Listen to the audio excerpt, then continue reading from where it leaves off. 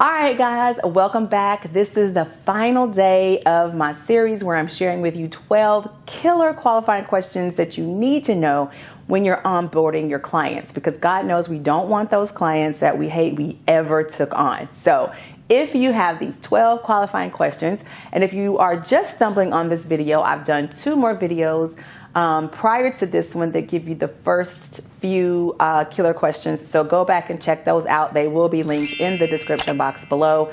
But for now, I'm going to share with you the final few killer questions that are going to help you onboard the best clients this holiday season. All right, let's get into today's video.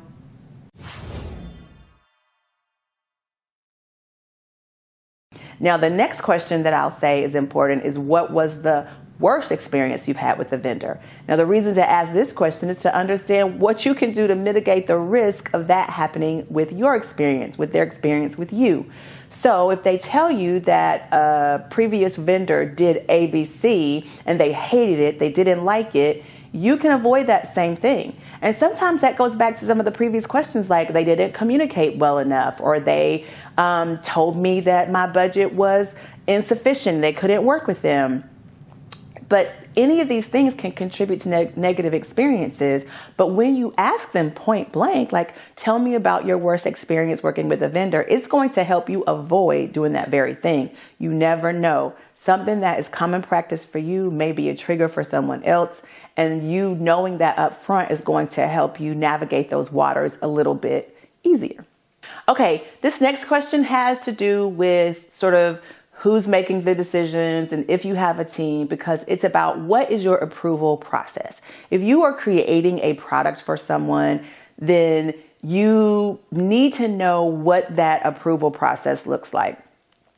Do you send it to the graphic designer and they give it? How many levels of leadership does the approval need to go through before the project is approved? This is important because it also works with your timeline of the project. It's going to help you create a better timeline and manage expectations a little bit better. If you are dealing with subcontractors yourself, it's going to help you manage those subcontractors as well and help with their expectations as well. So knowing what the approval process looks like is a qualifying question I don't think you can walk away from, especially if you are creating something for your client. Okay. You also learn about, like, okay, what is the submission process? Not just what is the approval process, but how do you submit things for approval and to whom do you submit them? Okay. So I think understanding the approval process is a key qualifying question that you can't live without. Okay, here's the question that I don't think people think about asking the person that they're about to sign the contract with. How involved do you want to be in this project to begin with? There are projects that I've been on that the client just wants me to do the work. They don't need to be involved. There is no approval process. They just want me to put things in place. One such client was when I was doing process and systems development for them. Outside of them telling me what they were currently doing and providing me with the information they needed, I needed to do the job, they just wanted me to get it done, organize everything, and then let their support staff know exactly what I had done and show them how to do it. So understanding how involved the decision maker wants to be is important for any project. So like I said, you may not be working with the decision maker. They might put you in contact with the support staff. You might be just working with the department of an organization, and knowing how involved the decision maker wants to be is key, but also knowing how involved that department or people in that department are. Maybe you are brought in to be the department and you are going to be the person who just does everything for the business. Ask the question.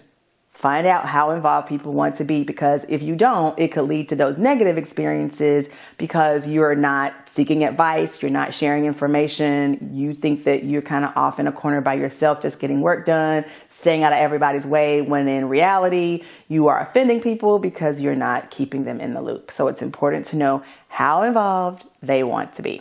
All right, now the final key question that I think is a killer qualifier question is, what are you trying to accomplish with this project? What is your end game?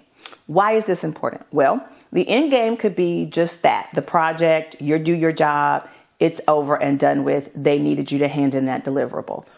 Or it could be a small piece to a larger puzzle. And you need to know that as well, because the end does not stop with you. You are a keg in the, a peg in the wheel? I don't know. But you're just a small component of a larger project.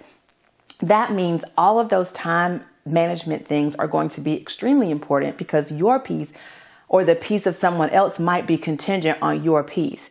And understanding that and knowing what the end game, the overall end game is also going to help you do your job better, because you'll know more about sort of what they're going to use your services for, your product or your end game for, and what that needs to look like in terms of the overall thing. How is it going to fit? Are there certain things it needs to include so that it's cohesive with what else is going on in the project?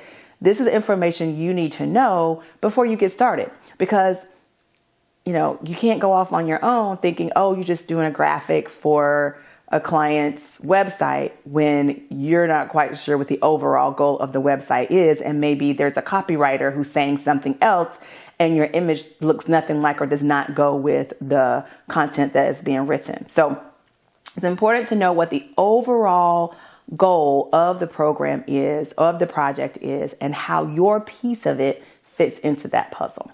All right, that does it. This has been a long video. I apologize, but I felt these 12 killer qualifying questions are important, because we're getting to the point in the year where we're either going to have to onboard new people to help us with our projects, and we've got so many projects to do, or we're looking to bring on new clients for the end of the year, and we want to start looking at starting that process and bringing in some of those people in our sales funnel. But we need to qualify them first, because every dollar is not a good dollar. And like Dr. Phil said, if you pick up the wrong one, you will earn every penny.